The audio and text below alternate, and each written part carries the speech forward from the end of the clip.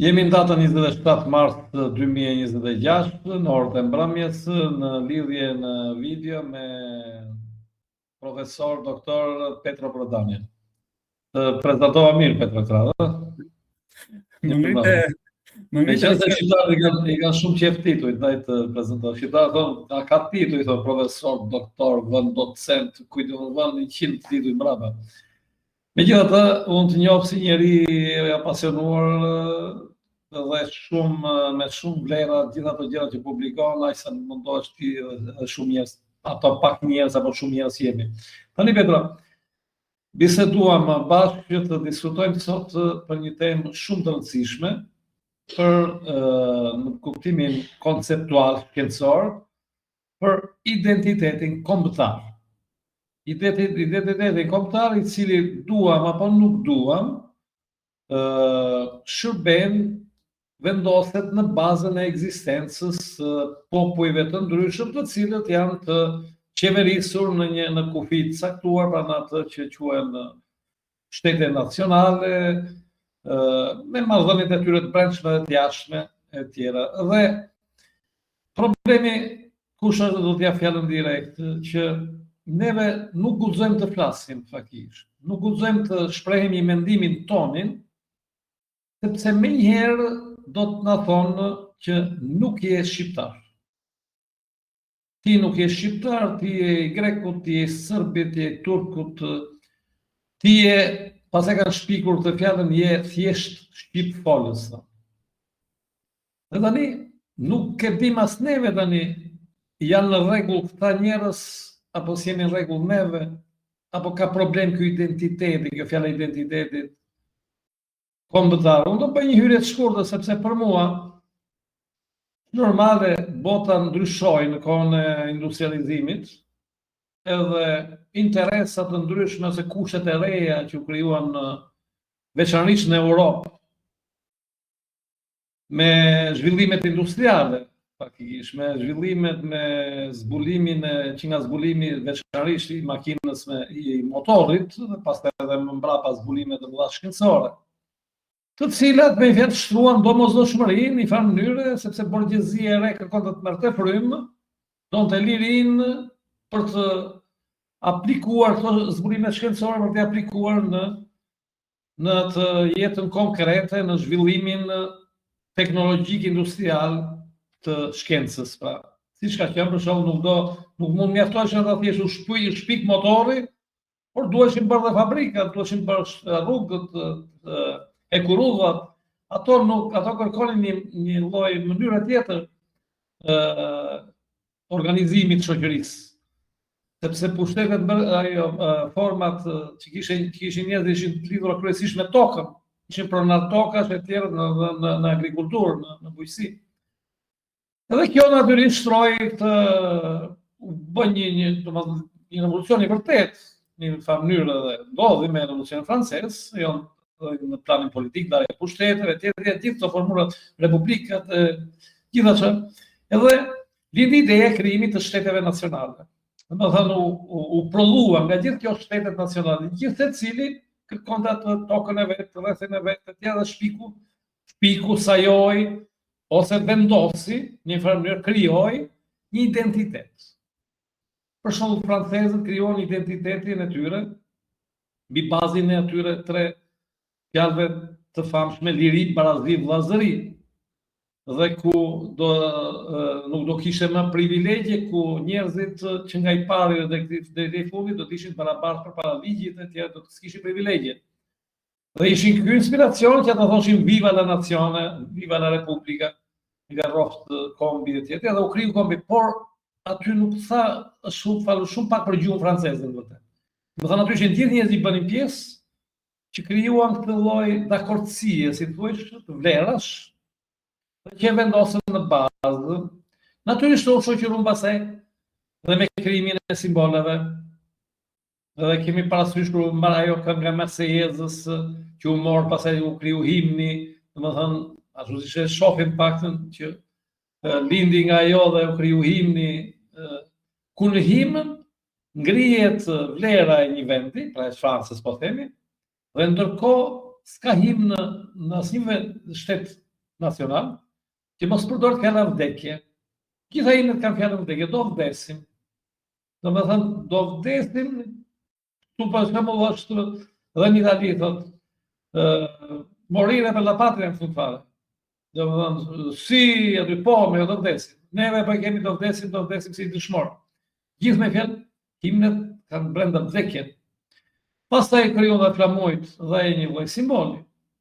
Natyrisht gjuha. Tani, dhe se cili vend mendoj se si do ta krijoj këtë bazë, si thuhet, për identitetin. Në Shqipëri tani, neve dhe ne kemi krijuar atë që quajmë identitet shqiptar, themi neve, ndërgjegja kombëtare. Unë do ta lë fjalën direkt, Petra, problemi kush është? E francezët kur krijojnë identitetin e tyre pa italian, nuk e ndryshuan emrin. Tani Italia, italian, ata thanë francez.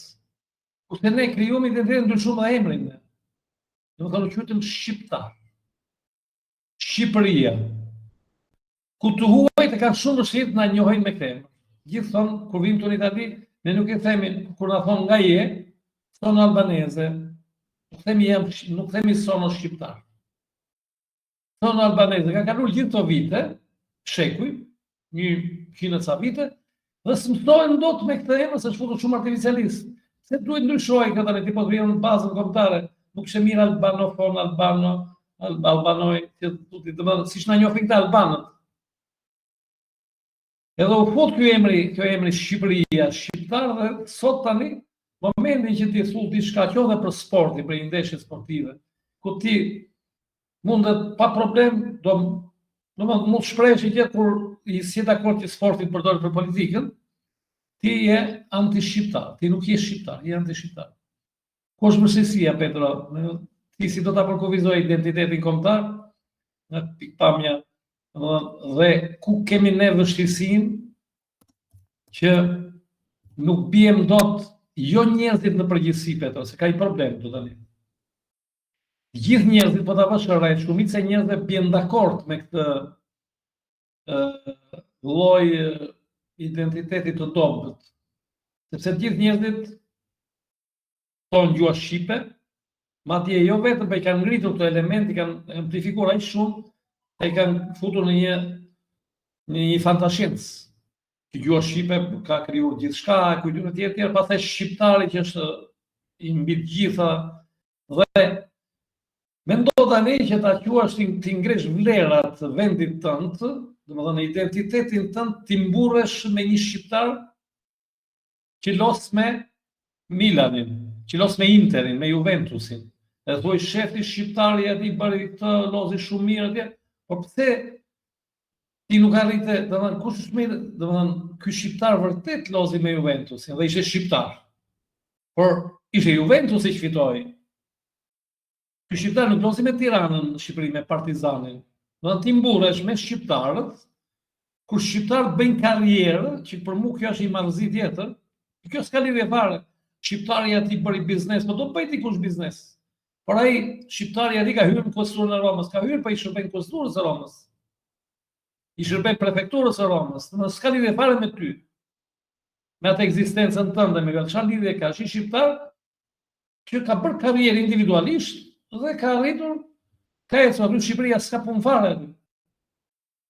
Ose për gjuhën që gjuha amplifikohet, që çdo fjalë pastaj na vjen në shqiptarëve, saj pastaj vazhdon kjo marrëzia që kudo Aleksandri i Madh i Maqedonisë shqiptar, deri tek George Bushi, tek Trumpi që edhe këta janë shqiptar, me fjalë një gjë, një kaos, një rrëmujë, Petra, që nuk e di pse ndodhi kjo gjë, dhe unë quaj këtë që e gabimin e madh, dhe kur them që kemi problemin e mosmarrveshjeve, sepse nuk është po se s'merren vesh njerëzit që i duan gjëra thjeshta, Petra, ata janë në rregull. Problemi është një minorancë shumë e vogël pasaj e shqiptarëve, e cila kërkon që të kundërvihet shumicës. Sepse është vetëm kjo gjë në fund fare. Sepse shumica e duan flamurin, domethënë e quajnë flamurin më i bukur në botë. Himnin e quajnë himnin më të bukur në botë.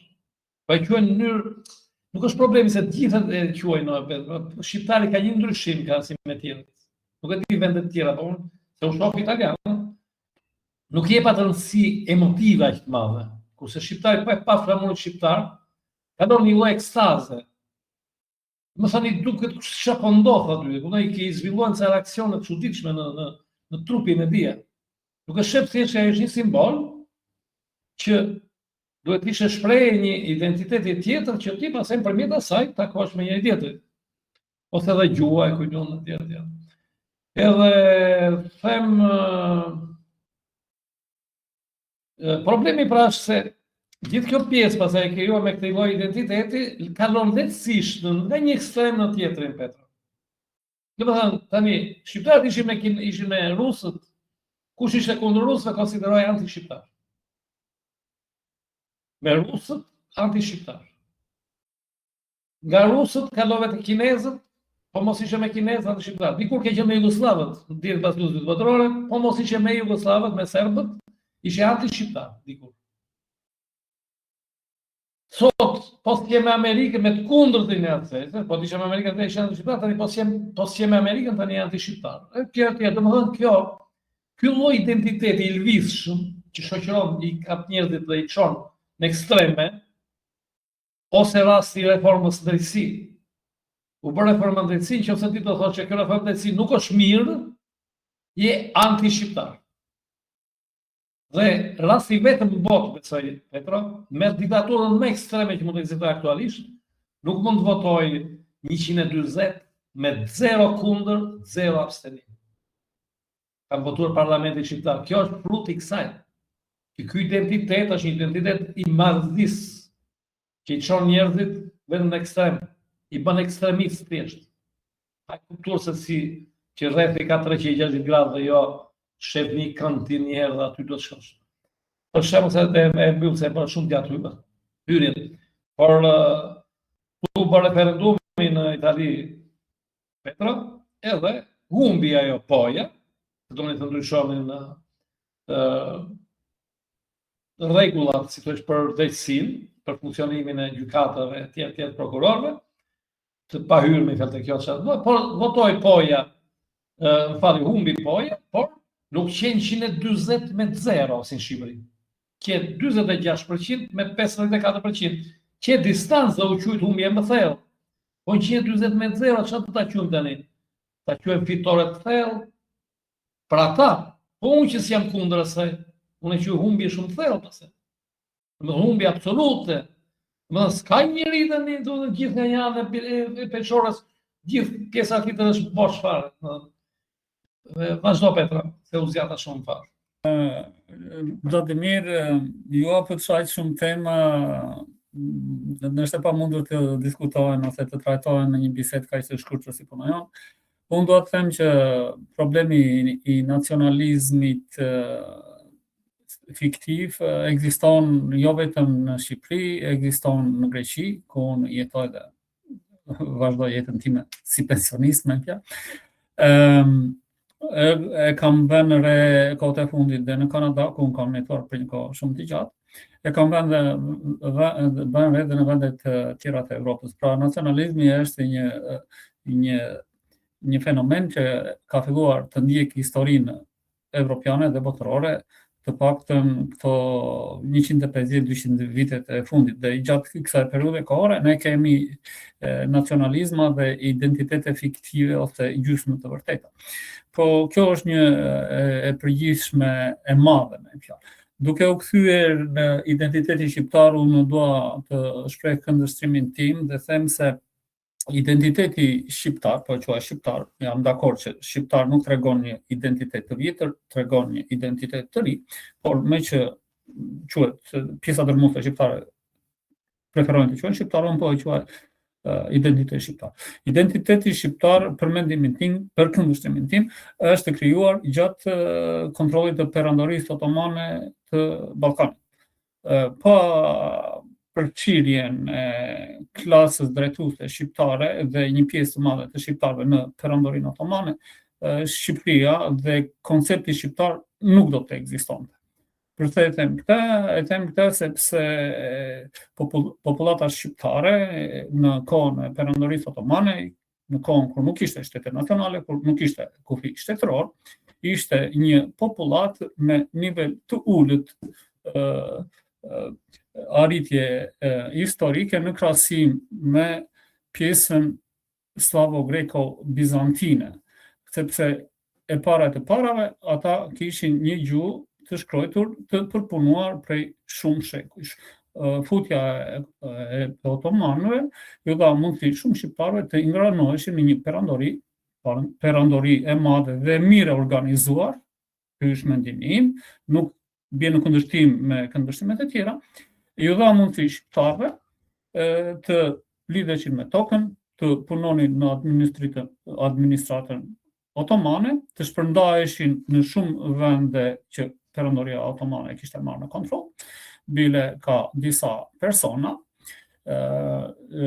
me origjinë të qartë shqiptare që kanë arritur nivele më të larta të drejtimit dhe mirë administrimit të perandorisë otomane. Pra unë edhe njerë identitetin shqiptar e lidh drejt për së drejti me otomanizmin dhe për ta mbyllur në këtë pikë me një fjalë, unë po them diçka shumë të zakonshme që ne jemi të vetëdijshëm që këto terma ose këto fjalë që unë do të përmend kanë erdhur nga kontakti me otomanizmin. Po them, kemi një dhomë ku ne jetojmë, që liza e krijimit të familjes.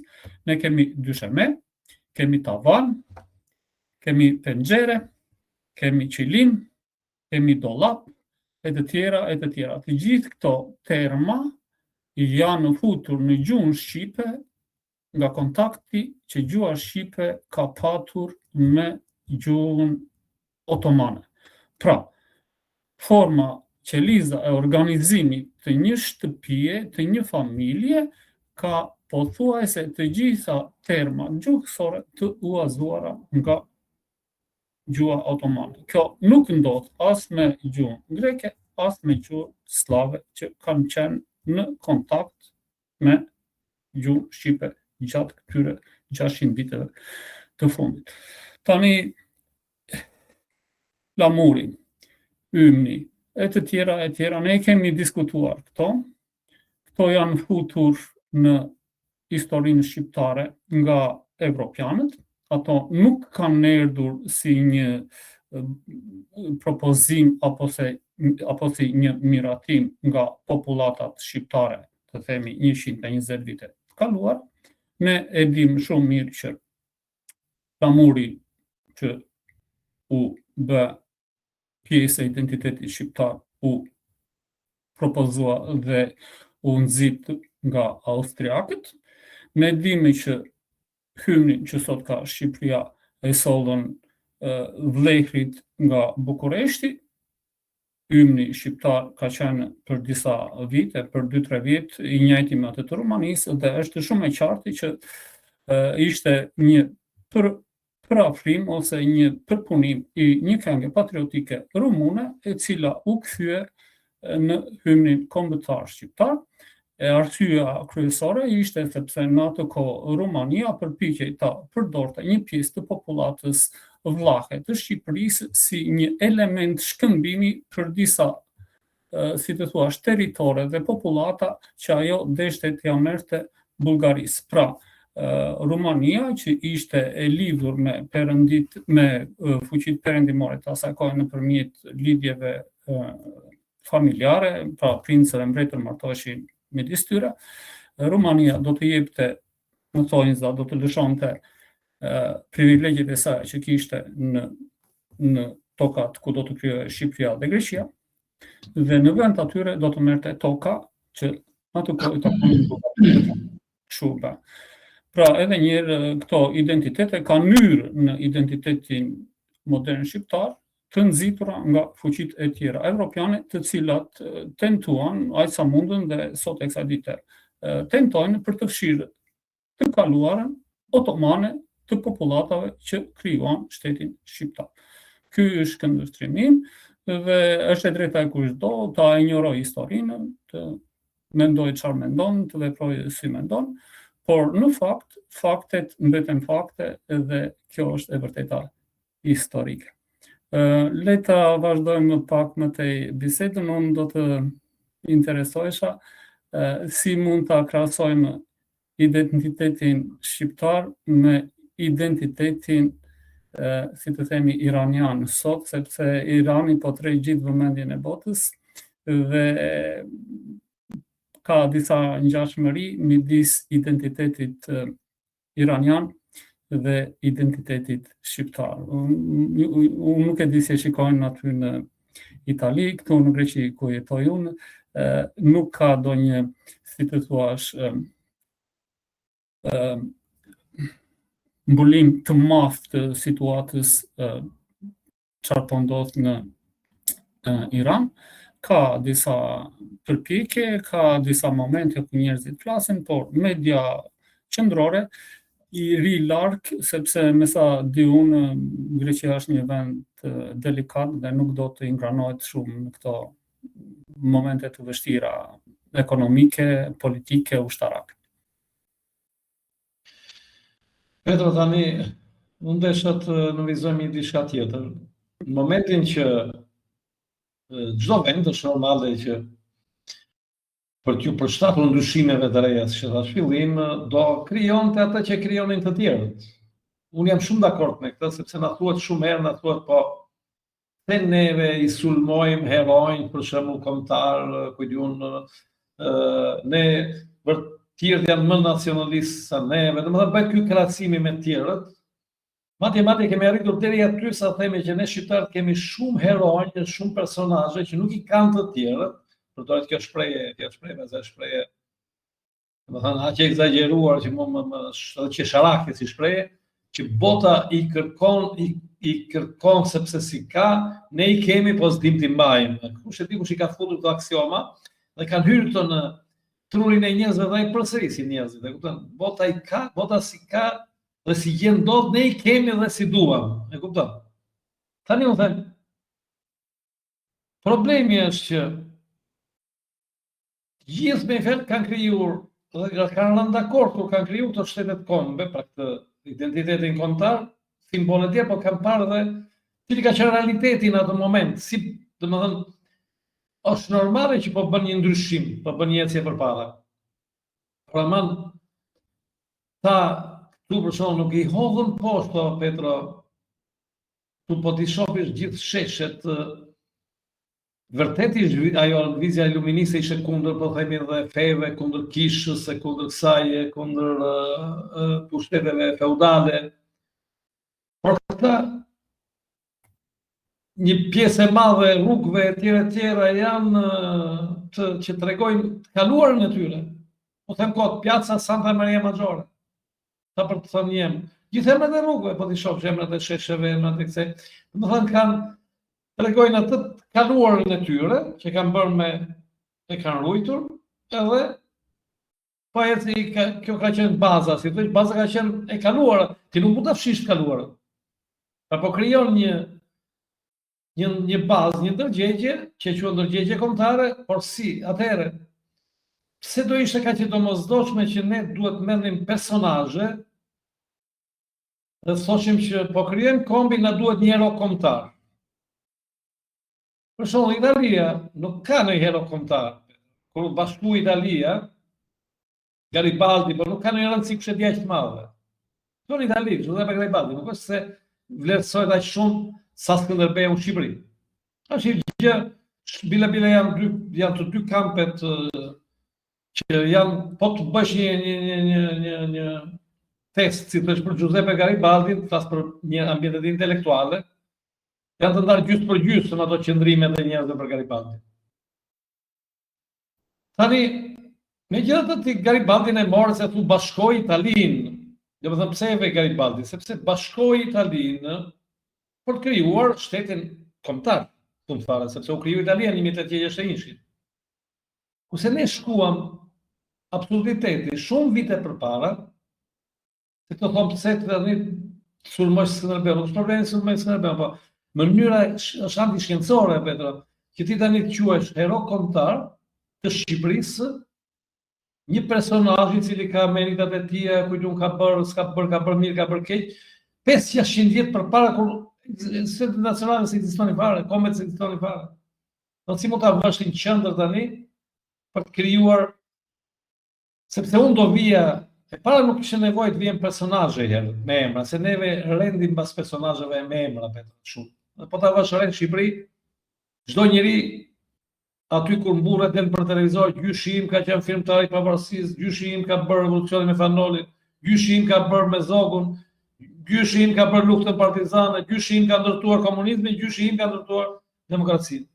Gjitha me fjalë, çfarë janë bërë dorë më i madh, me emra, me personazhe, dhe shkruajnë libra, shkruajnë për babain e vet, për gjyshin e vet, dhe kjo është historia. Ndërkohë që librat të tjerë i kanë më shumë pika referimi. Do thënë ne nuk diskutojmë tani Krishterimi ka ekzistuar, që diskutojmë aq shumë ka ekzistuar Jezu Krishti, s'ka ekzistuar të tjera. Problem tjetër, por ne shohim frymën e re të raportit njeriut me natyrën, me Zotin, e tjetër me disë me njëri tjetrin, me shifet kjo.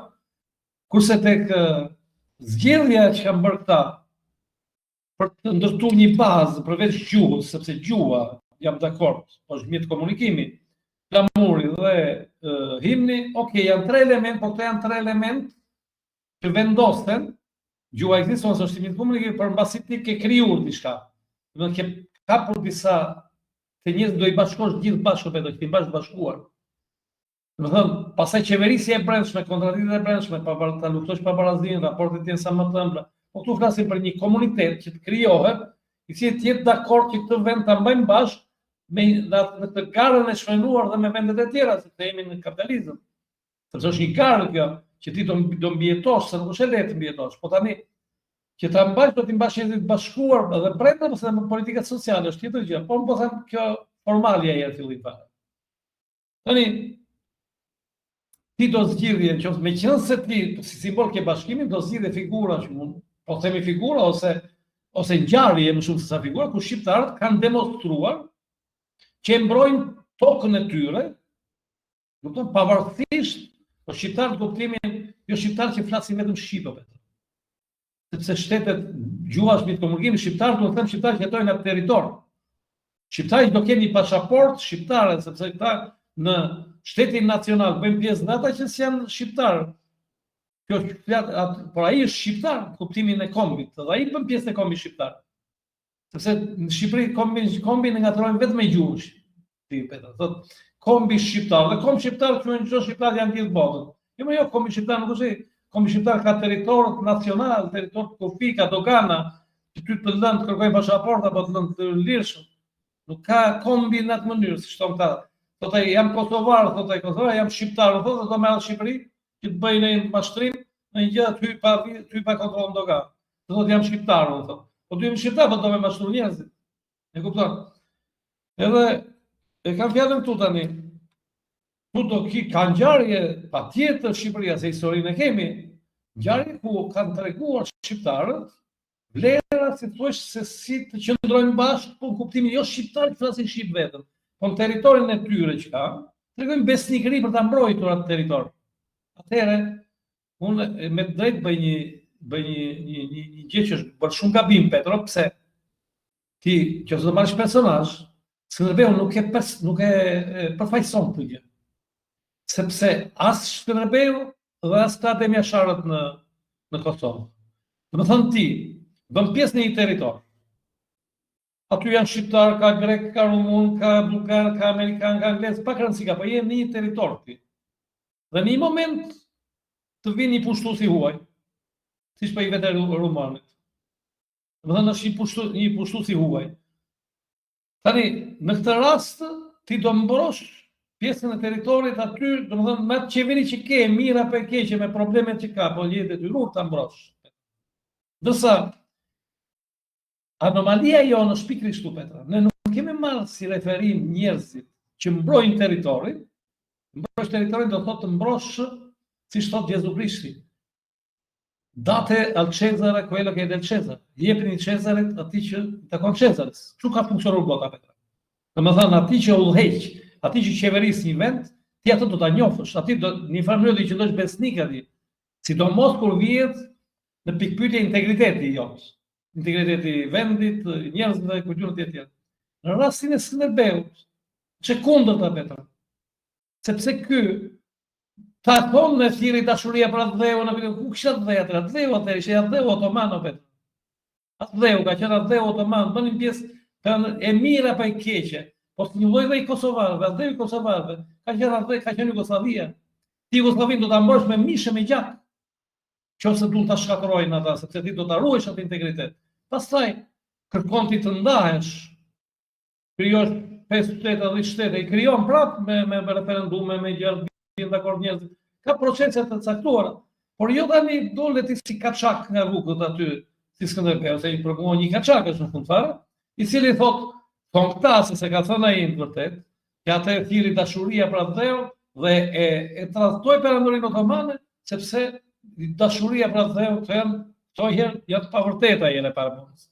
Sepse duhet pyetur Skënderbeu a ka menduar vërtet kështu apo jo, që është e pamundur të ketë qenë kështu. Edhe kjo është bazë shumë negative, Petra.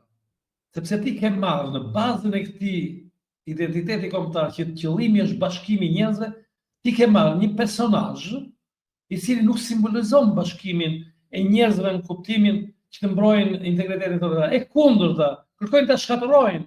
Ai ndoshta donte me bosh Shqipërinë, me u bashku me këta, por normalisht i po ngrihesh kundër shkatërrimit të autoriteteve, kundër autoriteteve të tua, të vendit, Petra. Sepse ti bën pjesë aty, e kupton, kjo është e rëndësishme, se unë i vë gjithmonë thekse gjë, se edhe për Kosovën, që thon pushtuesit. Nuk ishte pushtuese, ti kishe pasaport Jugosllavisë, po. Ishesh pushtuese. Ti ke pasaport Jugosllavisë. Ajo është ndarje e kufive që s'është bërë mirë, etj, është problem tjetër, ai po mund fjala pushtues, mund përdoret. Unë këtë debate ka pat me Osja Zexhiun, që dikuri thash, ç'është ky pushtim? Po kur është data e pushtimit, na thuaj. Nuk je i pushtuar Petro ti tani, i pushtuar jam edhe këtu në Itali. Edhe ti i pushtuar aty në Selanik. Pushtuar jemi ne kudo për atë punë. Sepse na vën gjobën, na vën shohim dot atë kutitë e postës.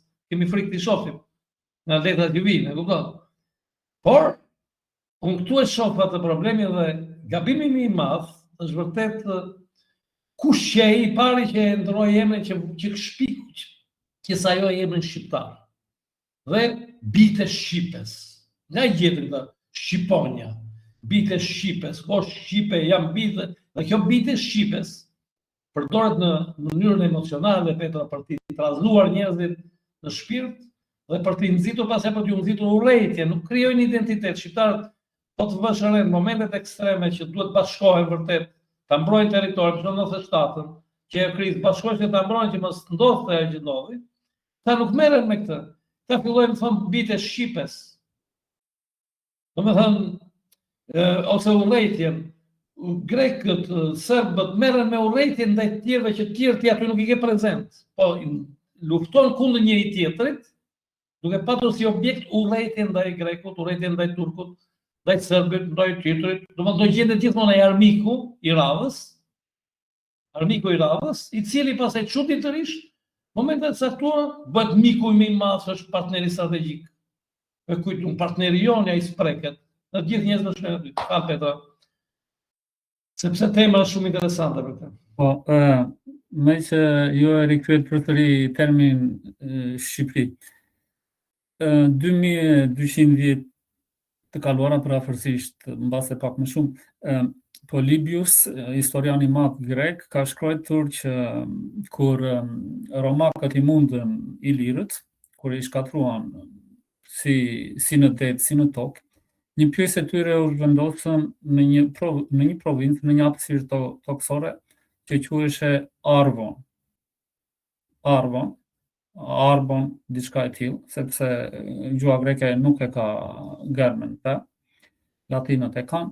Pra ne kemi për të paktën 2200 vjet të dokumentuar nëpërmjet historianëve të ndryshëm ekzistencën e një hapësire toksore, mbase edhe të një popullate që quhej Arbon.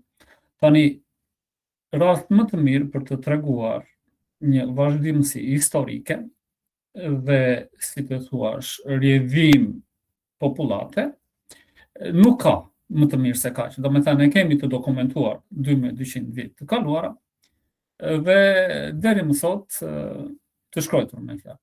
vjen dikush dhe thotë që shiko, ne do ta ndrojmë emrin, do ta bëjmë shqiptar bite shqipe.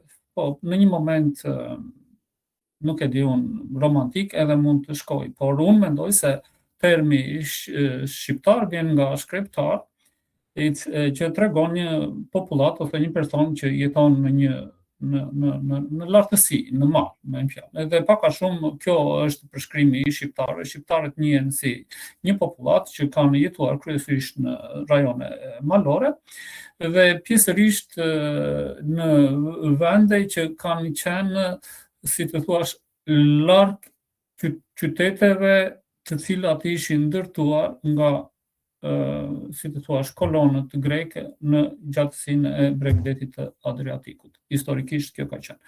Por është një fakt i njohur, i provuar dhe shkencërisht, që popullata shqiptare është e vjetër në Ballkan, unë nuk bie dakord me teoritë që thonë që ata kanë erdhur në kohën e turkut, në kohën e otomanëve. Natyrisht që popullatat janë zhvendosur, janë përzierë, e sot e kësaj dite ne kemi fenomene të shpërnguljes së përzierjes së popullatave, dhe kjo është historia e Evropës dhe botës, e gjithë njerëzimit në përgjithësi. Por një brendi e lartë ose një bërtham e lartë e popullatës shqiptare ka jetuar historikisht në Ballkan. Tash nuk mund të them saktësisht në këtë pjesë të Ballkanit, por testet e fundit gjenetike dhe gërmimet arkeologjike provojnë për praninë e bërthamës të popullatës që sot ka krijuar të grupin shqiptar, ka qenë aty, nuk mund të mohohet ky fakt historik dhe shkencor. Përsëri me Skënderbeun. Skënderbeu është një figurë, si të thuash, e fryrë, një figurë më shumë mitologjike se sa e rëndësishme, dhe në qoftë se ne lexojmë ato që janë shkruar për Skënderbeun, të themi Barletin, që ishte një trillues dhe as pak historian, po të lexojmë Nolin, ne shikojmë që shumë karakteristika të tija bien në kundërshtim me nacionalizmin shqiptar, pra nuk mund të ishte në asnjë lloj mënyre bashkuesi i shqiptarëve të asaj kohe. Puna qëndron ose problemi qëndron që nacionalizmi bazohet në padije. Domethënë, po të kthehemi mbrapa në kohë dhe të shikojmë si është krijuar nacionalizmi dhe kur është krijuar dhe kush e ka krijuar, ne shikojmë që njerëzit që nuk dinë as shkrim as këndim, që nuk kanë ide në çfarë ndodh në realitet, ata bëhen ndjekësit më të mëdhenj të nacionalizmit, sepse pralla është gjëja më e mirë që njeriu mund ta ketë si mjet për të shpëtuar nga realiteti. Dhe shpesh njerëzit, kur shikoj një ëndër njëherë në kohë, kur më pëlqente një ëndër, përpiqej ta shikoja edhe ditën tjetër, pavarësisht se ose ndërmjet tjetër. Kështu që është në natyrën e njeriu që të tentojë të shikojë ëndra, gjëra të bukura. Nacionalizmi shqiptar moderni, që po ekzistojmë me ato me Brit më mëtet thash, është i ngjashëm shumë me nacionalizmin grek, shumë i ngjashëm me nacionalizmin slav, shumë i ngjashëm me nacionalizma të tjera. Megjithatë, unë nuk e shikoj aq agresiv edhe aq problematik sa nacionalizmat e Evropës qendrore. Për shembull, po ta krahasoj me nacionalizmin që u krijua në Gjermani apo në Itali, them se shqiptarët nuk kanë arritur në ekstrem për njërin apo tjetrin arsye. Ka probleme të mëdha, por po ta krahasojmë me nacionalizmat evropiane, të cilat janë bërë burime të shkatrimeve, të luftrave masive, edhe sot e kësaj dite disa nacionalizma që po rilindin në Evropë nuk janë nacionalizma pozitiv, janë nacionalizma regresiv dhe po e vënë botën në një pikë pyetje.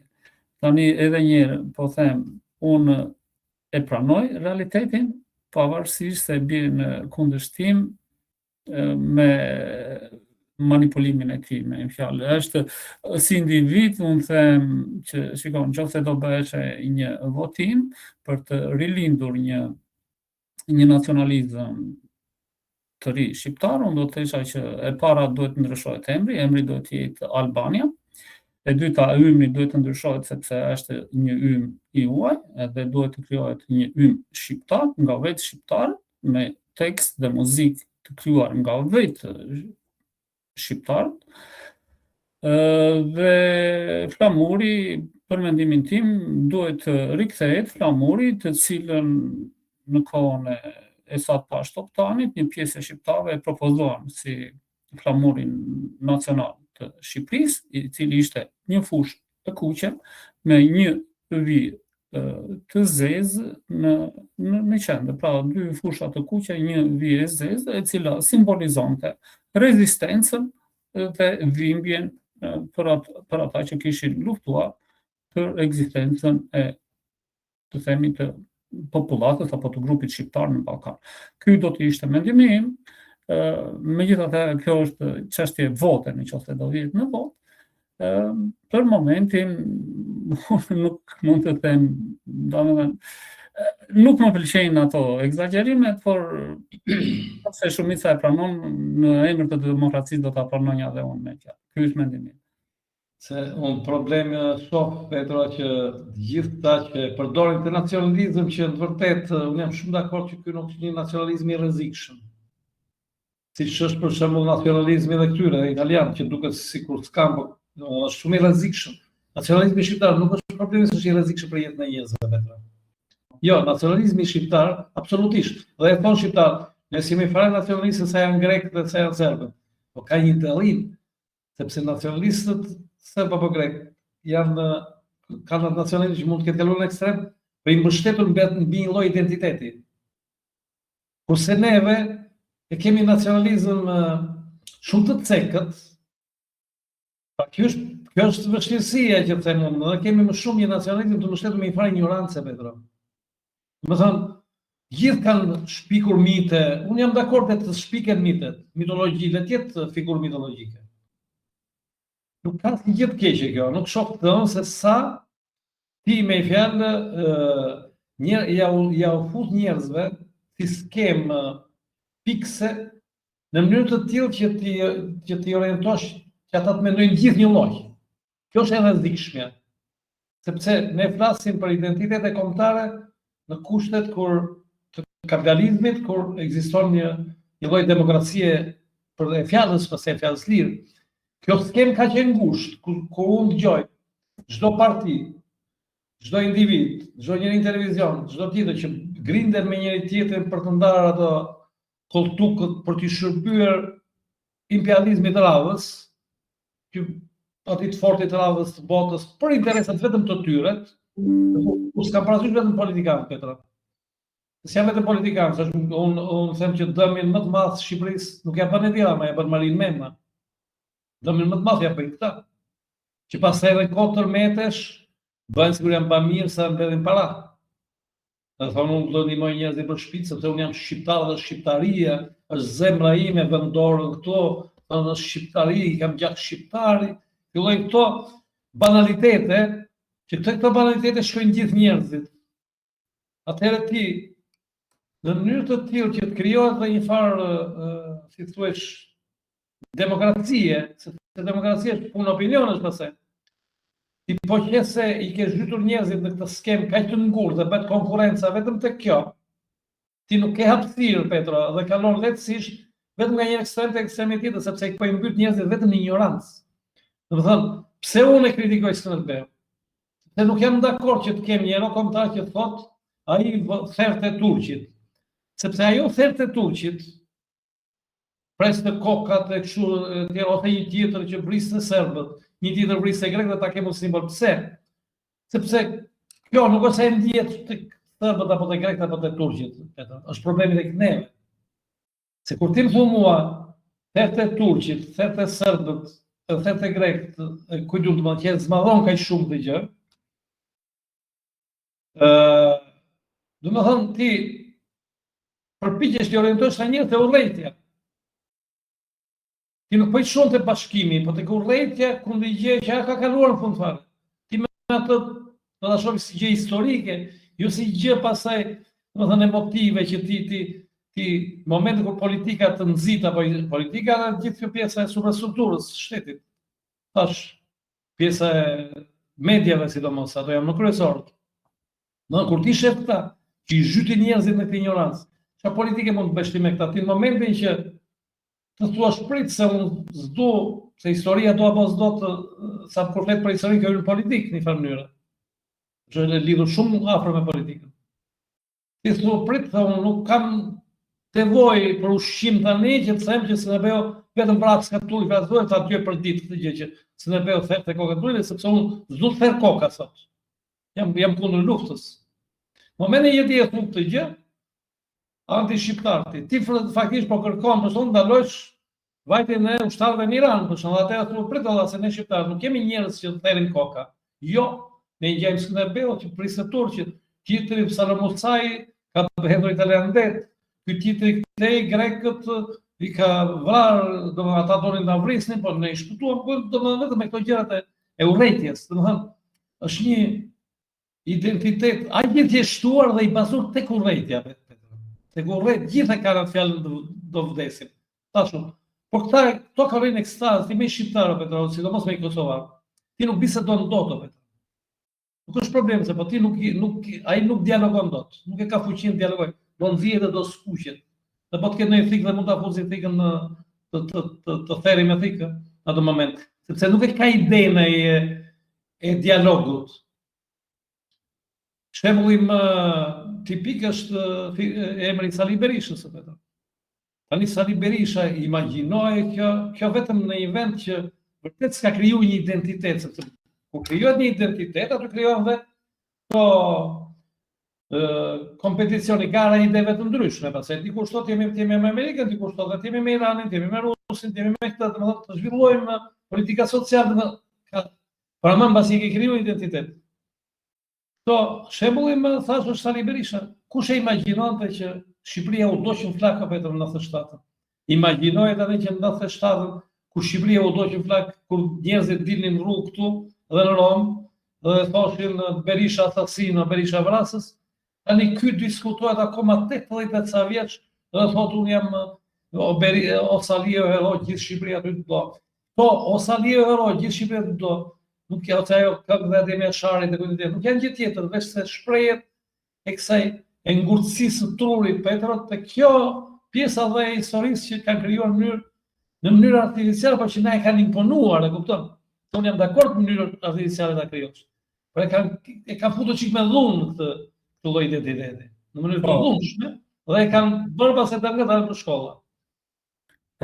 Kjo ka një zgjidhje fare të thjeshtë, me një fjalë, të gjithë ata që janë përkrahës këtyre versioneve me Skënderbe e të tjera, të ulen të lexojnë çfarë ka shkruar Barleti, të ulen të lexojnë çfarë ka shkruar Noli, ta lexojnë me kalem në dorë, të shikojnë anët nga gjithë këndvështrimet dhe pastaj të ridiskutojnë tematikën e historisë së Skënderbeut. Këto janë zgjidhje fare të thjeshta. Për mendimin tim, baza mbi të cilën është krijuar, si të thuash, figura e Skënderbeut, bazohet në një mashtrues historik, siç ishte Barleti, i cili e tjetërson komplet historinë e Skënderbeut. Ai e kthen atë si një mosmirënjohës së mbretërisë së Napolit, i thotë djalit të tij përpara që të vdesë që të gjithë pronën e tij, të gjithë pasurinë e tij t'ia besoj venedikasve, të mos ia besoj as papës së Romës, as mbretërisë së Napolit, kur në fakt të gjithë shqiptarët, pjesa dërmuese e tyre, pra ata që nuk kishin, domethënë njerëzit e thjeshtë asaj kohe, qofshin këta shqipfolës, greqishfolës, slavofolës, vlahofolës që jetonin në ato zona, pjesa dërmuese e tyre shkuan në jug të Italisë, aty ku ishte mbretëria e Napolit, dhe sot e kësaj dite shumë arbëresh janë vendosur në pjesën më jugore të Italisë dhe shumë pak prej tyre kanë përfunduar në Venecia. Kryesisht në Venecia shkuan ata që ishin nga Shkodra me rënien e Shkodrës. Po përpara rënies së Shkodrës, pjesa tjetër e dërmuese e shqiptarëve, të themi, e shqiptarëve me një fjalë, me që kështu e do popullata, shkuan në mbretërinë e Napolit. Pra edhe njëherë, nëse lexojmë Barletin, aty tregojnë shumë anë negative të një personi i cili kur fitonte, lëshonte ushtrinë e tij ose ata mercenarët që kishte marrë për 3 ditë të bastisnin zonat rreth e rrotull të cilat nuk ishin në kontrollin e tij. Për shembull, ai thotë që në zonat e Ohrit diku aty trupat e tija për 3 ditë vodhën qindra mira bagti, lopë, tjera e tjera.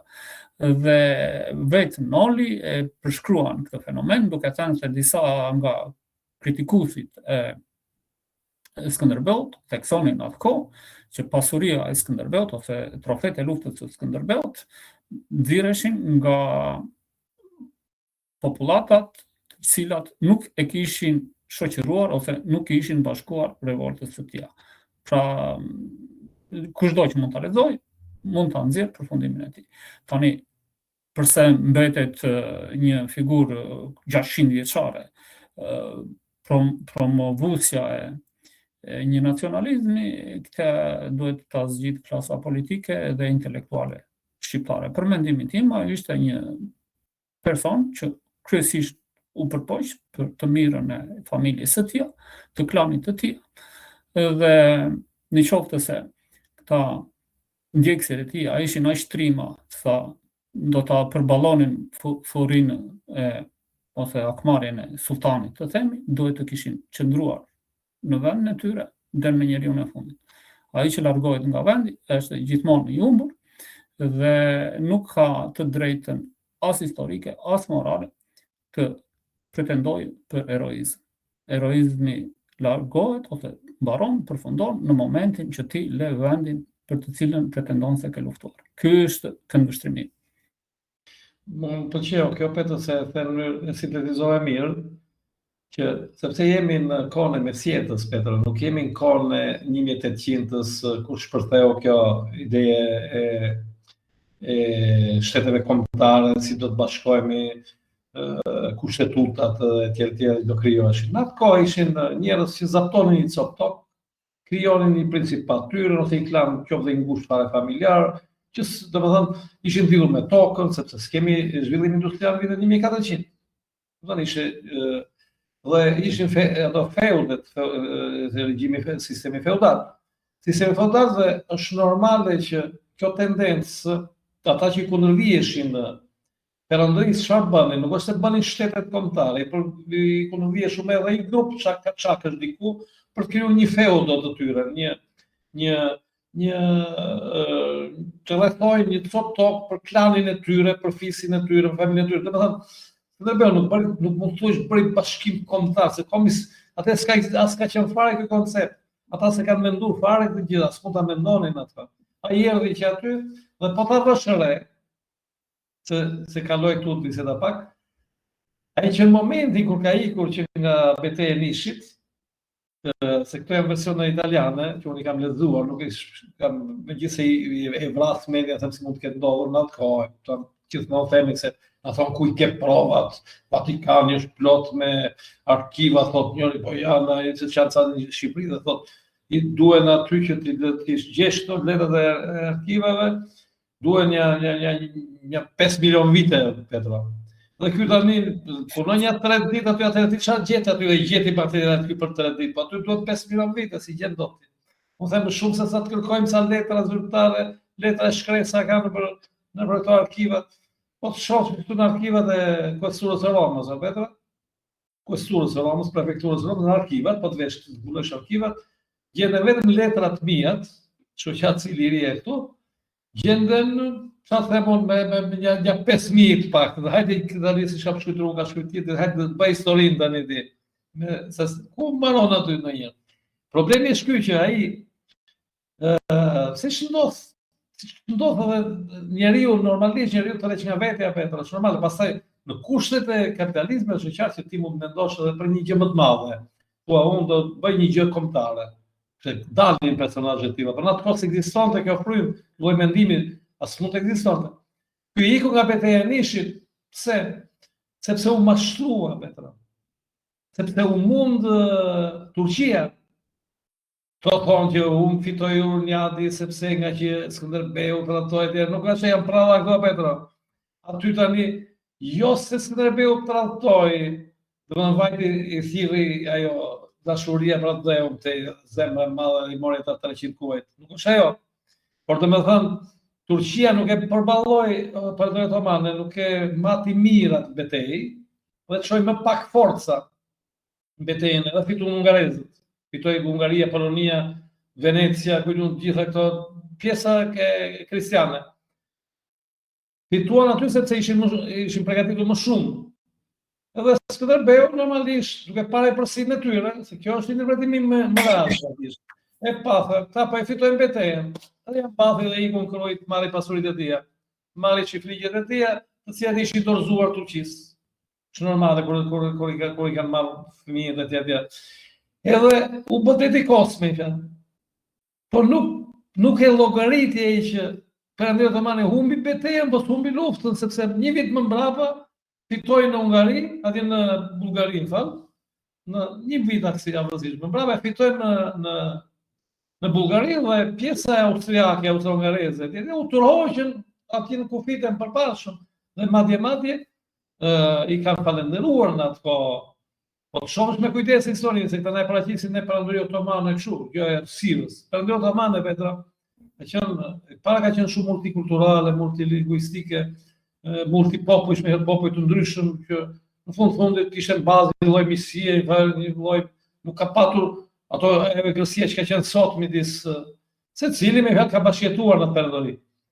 Por kjo, domethënë, kur po që tregojnë këto me fjalë Petra, dhe në rastin e betejës, pra në rastin kur me hungarezët, unë kam lexuar shkrime të ndryshme me fjalë të dokumenta në vërtet, si thot ky që ka vajt Vatikanun. Se vajt Vatikan pa i kam marrë shumë nga ky Alessandro Barbero, i kam marrë me ky historia italiane. Dhe ku thotë që në momentin se kur mbaron Bullgaria, ata perëndimi i shtypoi dorën sultanit. Më i tha, ju jeni më të fortë se sa ne, jeni më të zhvilluar se sa ne. Jeni një model, flasim për vitet Petra, që po fillonin vitet 1500, që Perëndoria Otomane pa atë ngritje në shekullin e 16 dhe 17 u bë pa diskutueshme në gjithë planetin, gjithë Europën, që dominimi është pa diskutuar. Ku gjithë këto feudot e perëndimit e shihnin si model pozitiv, shoqërore, këteve po na marrin shpirtin këta princër, mbretër, çfarë kemi këtej për çarmi njëri tjetrin që na marrin gjakun, na paguajnë, na vjedhin, na bëjnë, duhet të bëhemi si otomanët, si marrim atë shembull. Dhe i shëngun dorën dhe thanë që jeni meritoni me fjalë do ktheheni dhe u Skënderbeu ngeli si peshku pa ujë. Dhe shndruan këta një lloj terroristi në farë mënyrë. Sepse është normale ti ike, të ratove Perëndorinë Otomane, ku do shkosh tani? Ti vajte i tratove edhe. Dhe ngeli shërbim të këtyre kryqëzatave. Pas edhe to e furnizonin, e bënin e tjerë. Kjo është historie që unë i besoj më shumë, Pedro. Po them më shumë, po unë pse histori i besoj. Dhe i kam lexuar italisht, në version italian.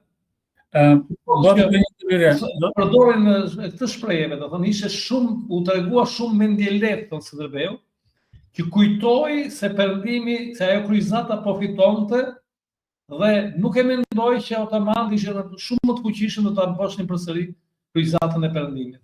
Dhe ngeli thot në këtë mënyrë, dhe ngeli nkruaj pastaj. E kupton?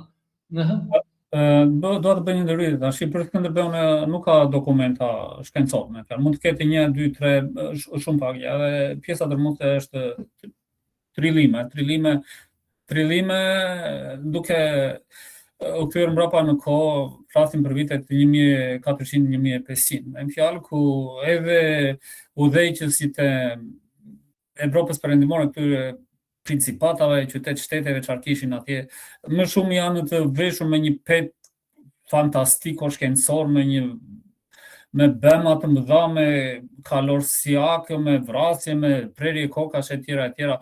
Mjafton 2-3 vizita në muzeumet që përshkruajnë atë kohë për të kuptuar si ka qenë realiteti në Evropë. Në Evropë në asaj kohe, domethënë, të dish në turnë e druve, nëse thjesht e shikoj që toka rrotullohet.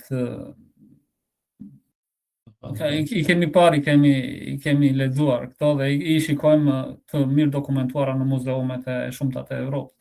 Por duke u kthyer përfundimisht, unë dua ta përmbledhim këtu bisedën në një nga aspektet që përmendëm përpara në gjua, çfarë tregon gjua. Unë dua të them dy gjëra këtu. Gjua e përbashkët nuk do të thotë shteti i përbashkët. Ne kemi rastet gjuhës angleze, për shembull Britaninë e Madhe, që ka disa shtete që flasin anglisht. Kemi rastin e Amerikës, Kanadasë, Australisë, Zelandës së Re, Amerikës, në qoftë nuk e thash, që flasin të njëjtin gjuhë. Nuk do të thotë që janë të njëjta shtete. Ne kemi Gjermaninë me Austrinë, nuk do të thotë që janë të njëjta shtete. Ne kemi rastin e Zvicrës, që ka disa gjuhë dhe ata janë pjesë të njëjtit nacionalitet, pra gjua nuk i pengon njerëzit të krijojnë një shtet të avancuar. Italia vetë, veriu i Italisë, 200 vjet kaluara, një person nga veriu i Italisë nuk mund të merresh vesh kollaj me një person nga Sicilia. Unë kam shkuar shumë herë për punët e mia në Venecia dhe unë kam masur njerëz aty që flisnin një dialekt venecian, që ata theshin që ka erdhur që në kohën e perandorisë bizantine me arabe, me tash. Pra gjua nuk është domosdoshmëri, është një mjet komunikimi i cili mund të evoluojë në kohë dhe të bëhet një element të lidhës. Por rastet e ndërtimit të shtetit nuk do të thotë që të ndërtohet domosdoshmërisht mbi gjuhë. Ne kemi kushtetutën e parë, Magna Carta, që është shkruar në vitin 1200 ca në Angli, është në gjuhën latine. Dhe ishte ligji i parë i shtetit në Britaninë e Madhe, ku ne kishim disa versione gjuhësore. Ne kemi rastin e Tudorëve, si të thuash, atyre linjës së mbretërve dhe princërve që krijuan Anglinë, që unifikuan Britaninë. Ata nuk ishin anglez, ata ishin uelsian dhe në familjen e tyre ata flisnin uelsisht, një gjuhë që nuk ka të bëjë fare me anglishtën, domethënë mund të merresh vesh vetëm bukë ujë dhe më të thash. Kështu që rasti i përgjithësimit të gjuhës dhe krijimi i gjuhës si të vetmit element për krijimin e një shteti dhe një nacionaliteti është totalisht i gabuar. Kjo mund të ketë erdhur nga këndvështrimi gjermanik i fenomenit, por në asnjë lloj mënyre nga këndvështrimi britanik dhe francez i këtij fenomeni. Ne kemi raste, për shembull kemi rastin e Kinës, që është kryer në një fuqi, për mua, fuqia më e madhe politike dhe ekonomike e botës, siç ne flasim, që aty mund të ketë 3000 gjuhë që fliten, edhe ato variacioni i gjuhëve nuk i ka penguar atë popullatët të shpërndarë në një territor aq të madh që të krijojnë një shtet centralizuar dhe të përpiqen për një të mirë të përbashkët. Ballkani ka qenë historikisht një vend ku populatat kanë qenë të përzira vazhdimisht në një fluks lëvizjesh dhe në Ballkan shohim diçka tjetër, që gjua përdoret si një element thelbësor i krijimit të nacionaliteteve. Ka këndvështrime të ndryshme. Për mendimin tim duhet respektuar dhe duhet vlerësuar mënyra e të menduarit dhe të vepruarit sesa mënyra e të folurit, sepse ne kemi raste që persona flasin 3 gjuhë. Për shembull, mamaja është e një grupi tjetër gjuhësor, babai një grupi tjetër gjuhësor. Gjysha mund të ketë qenë dhe gjyshi i një grupi tjetër gjuhësor. Ka fëmijë që kanë mësuar 3-4 gjuhë. Në familjen time unë kam, po të shkojmë 100 vjet të kaluara, ata flisnin disa gjuhë. Kështu që gjua nuk është një element i domosdoshëm, është një element ndihmues. Dhe duke e mbyllur me nacionalizmin, unë them se ne kemi në momentin ku ne flasim, sidomos me situatën e tensionuar që është në botë, ne kemi një lojë midis forcimit të nacionalizmit dhe dobësimit të nacionalizmit. Ne kemi raste kur ata që ashtu quara fuqitë e mëdha krijojnë një nacionalizëm të gënjeshtër, ne kemi raste që ata që krijuan këtë nacionalizëm të gënjeshtër e marrin, e transformojnë dhe kthejnë në një, si të thuash, globalizëm. Pra, ja heqin të gjitha format që ata i dhanë përpara 20 vjetësh dhe e transformojnë në një formë komplet tjetër për të arritur kryesisht aspirata ose objektiva ekonomike. Dhe unë këtu dua të mbyll me një thënie të Voltairit që 300 vjet kaluara ka thënë që ata që kanë bazohen në, si të thuash, në bujarinë që ju afrohet nga ata që s'kan. Pra, klasa, si do ta thesha, ata që drejtojnë botën sot dhe bëjnë pak a shumë si të duan, e fitojnë këtë mundësi bazuar në mbështetjen e madhe që i japin njerëzit që nuk kanë. Pa, kjo mundësi, kjo skamje është ekonomike, është edukative, është shpirtërore, është dhe konceptuale. Pra, njerëzit duke qenë të paditur, pa patur dëshirë të evoluojnë, bëhen, si të thuash, bazamenti i një klase e cila do ta manipuloj, do ta përdor gjithmonë këtë shtresën e poshtme të popullatës për të arritur objektiva e saj ekonomike kryesisht. Për të tjera të përzot edhe për moral, në kohën kur ne flasim as që bëhet fjalë. Petra, mendoj që biseda përfundoi. Faleminderit.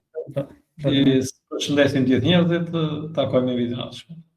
Natë e mirë gjithëve.